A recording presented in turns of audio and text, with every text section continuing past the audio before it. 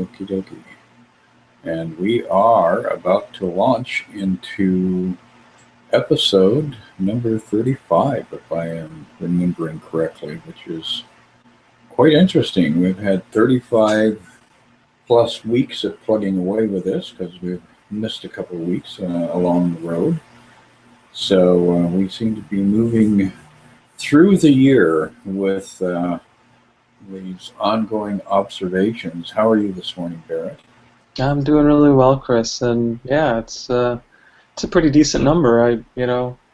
I've really been enjoying these, and we've been exploring a lot of different topics, and I think it helps to kind of have a broad base to look at our life from, and to touch on all the different things that come up in all these different ways over and over again. So yeah, I'm enjoying the journey as we keep exploring A Course in Miracles and the four different seasons of our world here. Yes, the only thing that's constant in this world actually is the change of not only seasons but everything else.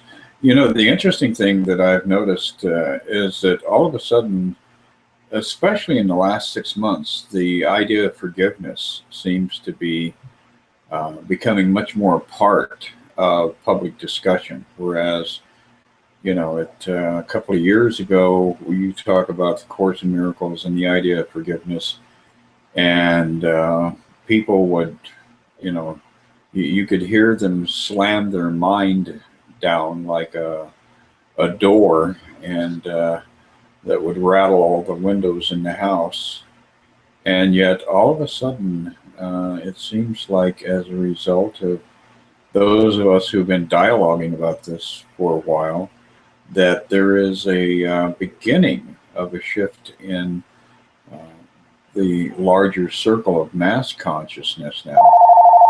And interestingly enough, um, one of my young friends, Trevor Hall, came out with another new album, and I was listening to it, and one of the songs on the album is Forgiveness.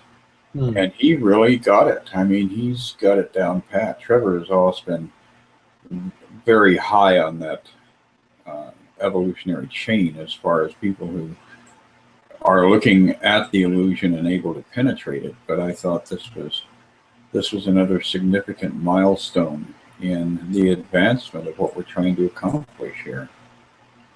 Yeah, it seems like there's a real overlap between creative artists and spirituality. You know, there's so many songs, even some big hits that make it into, you know, the top charts, and their message is so beautiful. And I think the Beatles were obviously a great example of that, but there are modern, you know, ones too, where the song you might miss it, you know, with the catchy beat.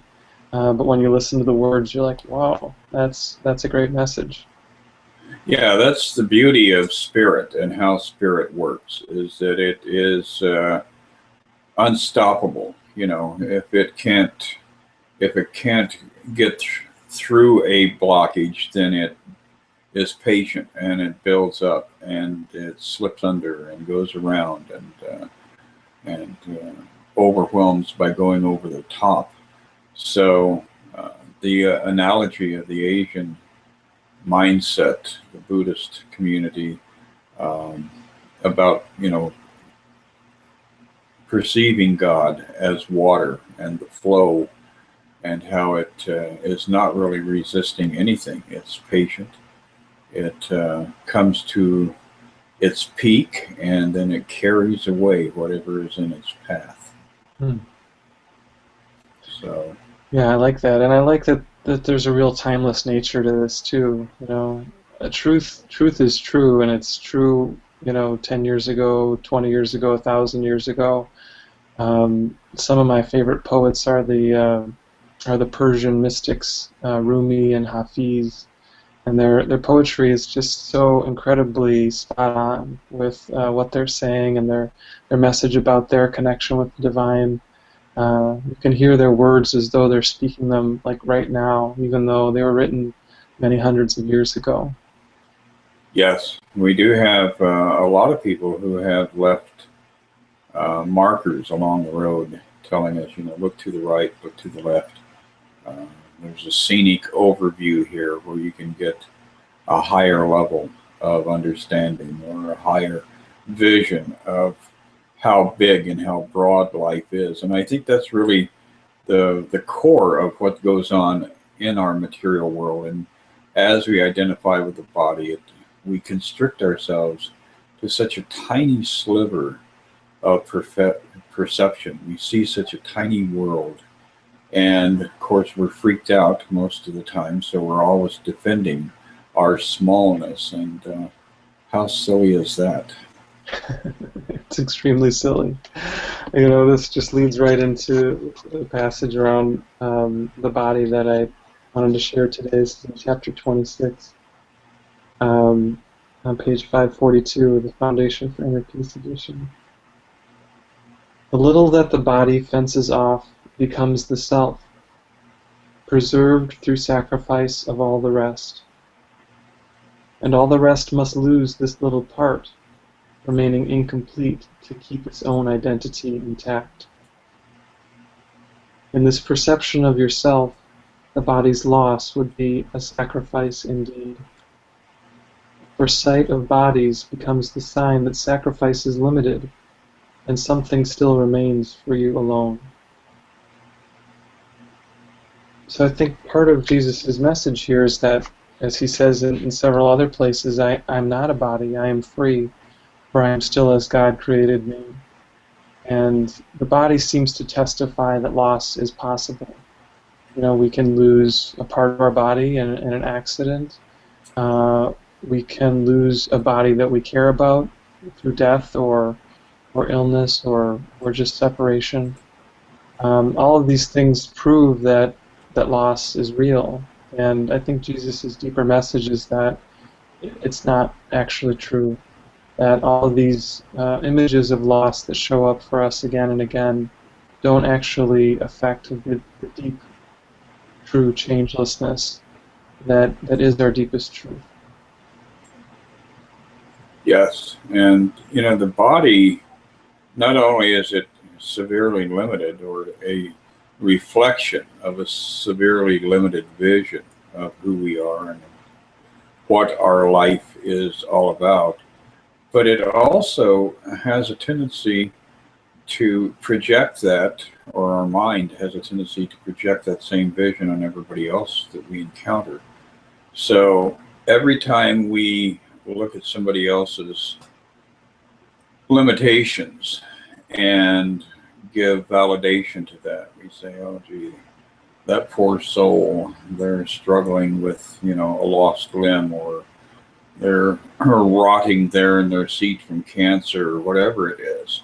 We're actually reinforcing that idea in our collective consciousness.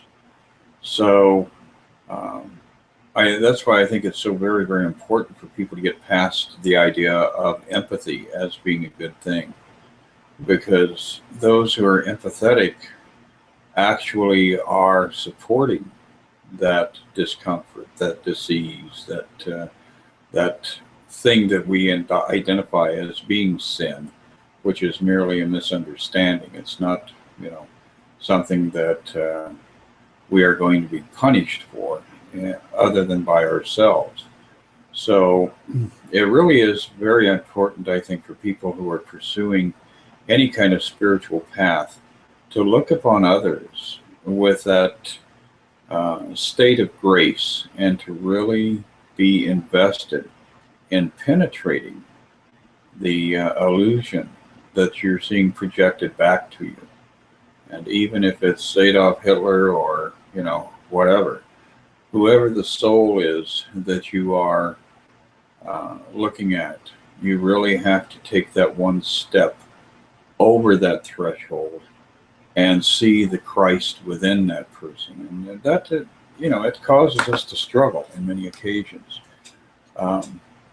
And one of the things that I'm enjoying right now is the summer's here, because I like seeing my panhandlers in the summer, because it's, decent temperatures out there. But Around the area, we have guys who stand out in traffic with a sign, you know, I haven't eaten in 14 days, please throw money at me. And I always give them money because I've really stepped away from the idea of judging them. You know, I have friends in the car with me, and they say, "Oh, don't give him money. He's a drug addict. He'll just go and buy drugs." Well, that's really not a way to look at it. He is the soul, and that soul is the Christ. And if he actually or she goes and buys drugs, they believe they need that for that particular stage in their evolution. And until they work their ways through that, whether it's in this lifetime or some other lifetime, they they have this burning desire to attain whatever it is they're asking for. And if you block them, then you're denying not only them, but you're denying whatever it is that you want to attain. So it really is a vicious circle, that tendency to look upon others with scorn, to look upon others with a state of superiority, and to draw back, to withdraw from people, and not reach out, you know, and even if you're not going to give them money, at least give them a blessing. Don't condemn them. Don't curse them. Don't leave them worse than when you found them along the road of life. So it can be a very, very empowering process of looking beyond the body and what we cherish. If you just are present in the activities of your day-to-day life, you know, and the panhandlers, I think, are, I see them as a blessing in a lot of ways, because they really challenge us to get beyond that immediate inclination to judge and to withdraw and to say, well, you created your problem, so you should go over there and suffer by yourself. You know, that is probably the most powerful type of condemnation, because it is immediately rebounded right into our own lives. So it's a lose-lose situation. Yeah, and I think one of the hardest things about, you know, this idea of compassion that we're working on practicing is, how do we do it without exception? How do we let it embrace everyone, from Adolf Hitler to the panhandler to the politician, you know, all these people that we often love to hate? How do we extend kindness and care to them as well? Because as you were just saying, Chris, you know, how we see our brothers, how we see ourselves. You know, I think that sometimes gets lost, you know, that if we're condemning another person, that we're ultimately condemning ourselves. If we're judging another person, we're actually judging ourselves. You know, when we're giving bad juju out, we're getting bad juju in. So, you know, we can be a little bit more discerning about what it is that we're doing, because we start to see the effects are actually received by us. You know, there's a very beautiful line in the Course that giving and receiving are one in truth. Well, that only makes sense when we consider that we are all one, and that there's actually really no one else out there. You know, that this is just really a dream that we're living in, and that everything that we seem to give out, we're just giving to ourselves because we're it. You know, we're the one that has to do the forgiveness work. We're the one that has to choose kindness rather than peace. It's not on someone else's shoulders. It's only ever an inner job. It's only ever our opportunity to find a different way to look at the world and to make that choice, which might seem to be about someone else, but it's actually about us. And I think this perspective, you know, it's tied into what you were saying. I think that there are general changes that we can notice. There are general bits of more compassion that we can notice, and I think because basically this world is a giant hologram, that when we're doing the healing work, when we're finding more love and compassion within ourselves and the people that we're interacting with, really that's spreading to everywhere, to everyone. And Jesus alludes to that in the very beginning of the text when he talks about how miracles affect people that we don't even know in places that we've never been. their reach is beyond what we can comprehend. So sometimes if we're doing this work and it doesn't seem like our circumstances are changing, we can be like, oh man, nothing's happening. Well, you don't even know what's happening. You can't know what's happening. So just keep choosing compassion. Just keep choosing kindness, and your experience will be better. That's worth it. Just right there. Even if your outer circumstances don't change, if you feel lighter and more open in your heart, I mean, what a gift is that? So many people go through their lives hardly having that at all. So to give that gift to yourself is really a beautiful thing. So don't minimize that, and just keep working at it. Exactly. And, one of the things that, because the ego is so constant and is always making all this noise, we fail to identify ourselves with the truth that lies within us. Because a little bit further down here in the course, it's the goal of specialness, where we are looking at how the ego loves to be special and how it needs to be separate and special. And it says, the Christ in you is very still. What a revealing thought. In other words, the truth of who you are, that presence that is always there, it doesn't make a lot of noise. It says he looks on what he loves and knows it as himself. Good grief.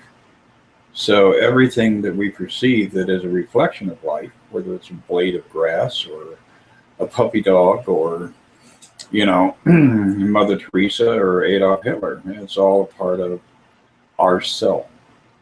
And he goes on to say, and thus does he rejoice at what he sees, because he knows that it is one with him and with his Father. So once we get past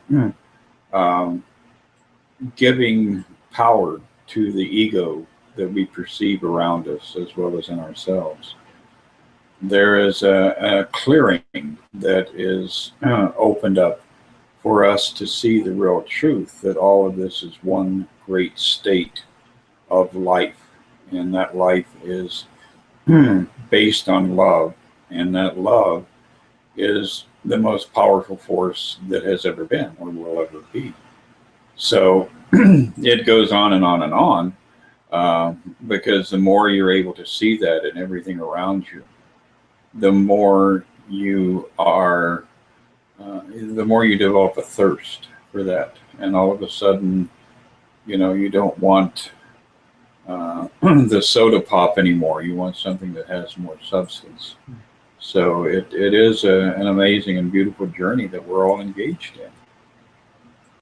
Yeah, and I think as we go, one other thought that's coming up is it's important to be really honest with ourselves. There's occasionally a desire in spiritual communities to kind of wear this mask of perfection or mask of the spiritual person. We only think happy thoughts. We only draw good things to our lives. You could even term it the spiritual ego. And it's important to kind of like notice that is a possibility. That we don't want to pretend we are never afraid, or to deny that sometimes we feel angry. It's much healthier to allow these emotions to come forward and to see them in a non-judgmental way. In the very beginning, when Jesus was counseling Bill and Helen about their relationship, he said to them, you need to acknowledge your hate for one another. And this doesn't sound like a very spiritual thing, but what he was saying is, you've got this stuff under the surface, and if you don't deal with it, you're just going to keep recycling it over and over again. So I think all of us have our stuff that we keep under the surface.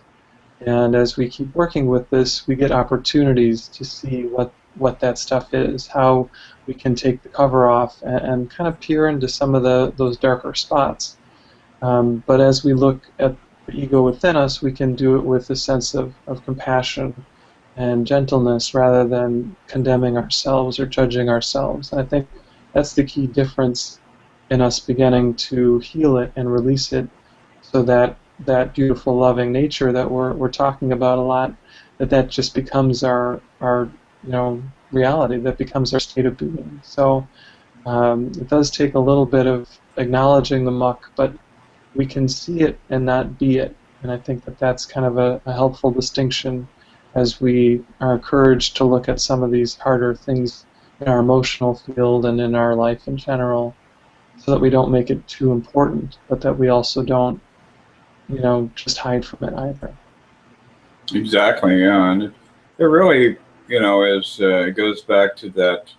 I guess you'd say the grand enigma of life. In order to learn, we have to teach, and in order to have peace, you have to teach peace to everyone around you. And by peace, it means acceptance, love, and support and validation. So we do have to very, very consistently stop and listen to what we're telling ourselves internally and what we're telling everybody around us, and get back on track if we're teaching others that this broken world is real, and that it is something that we need to condemn everyone around us for their participation in it, because then we condemn ourselves. Hmm. Well, it looks like another 20 minutes has slid by in an interesting way, and I assume that you've got a gazillion things on the calendar for the coming weekend. Yeah, I'm continuing my chakra class. So if people are interested and in the Chicago area, I'm leading a class talking about the chakra system. And then coming up in another week on August 8th, I'm leading a both online and in-person event called Good News with Barrett and Charlie, with my friend Charlie, another course teacher. And it's going to be focused on the preface of A Course in Miracles. So that's Saturday morning, August 8th, and you can reach out to me at barrett@barretthadeen.com to get more information on that. That should be very exciting, and I may drop in for that, although weekends around here are usually pretty well chock full, but we'll see. And actually, we're moving into that era now of first my son and then my grandson are both having birthdays. They're both Leos, so we have 2 weekends back to back where we're going to be celebrating their munificent Leonine personalities, and that will be a glorious event in and to itself. Sounds like a good time. Well, Barrett, you have a great week ahead, and I will see you next Thursday. All right, look forward to it, Chris. You have a good one too. Great. Take care. All right, bye. Bye.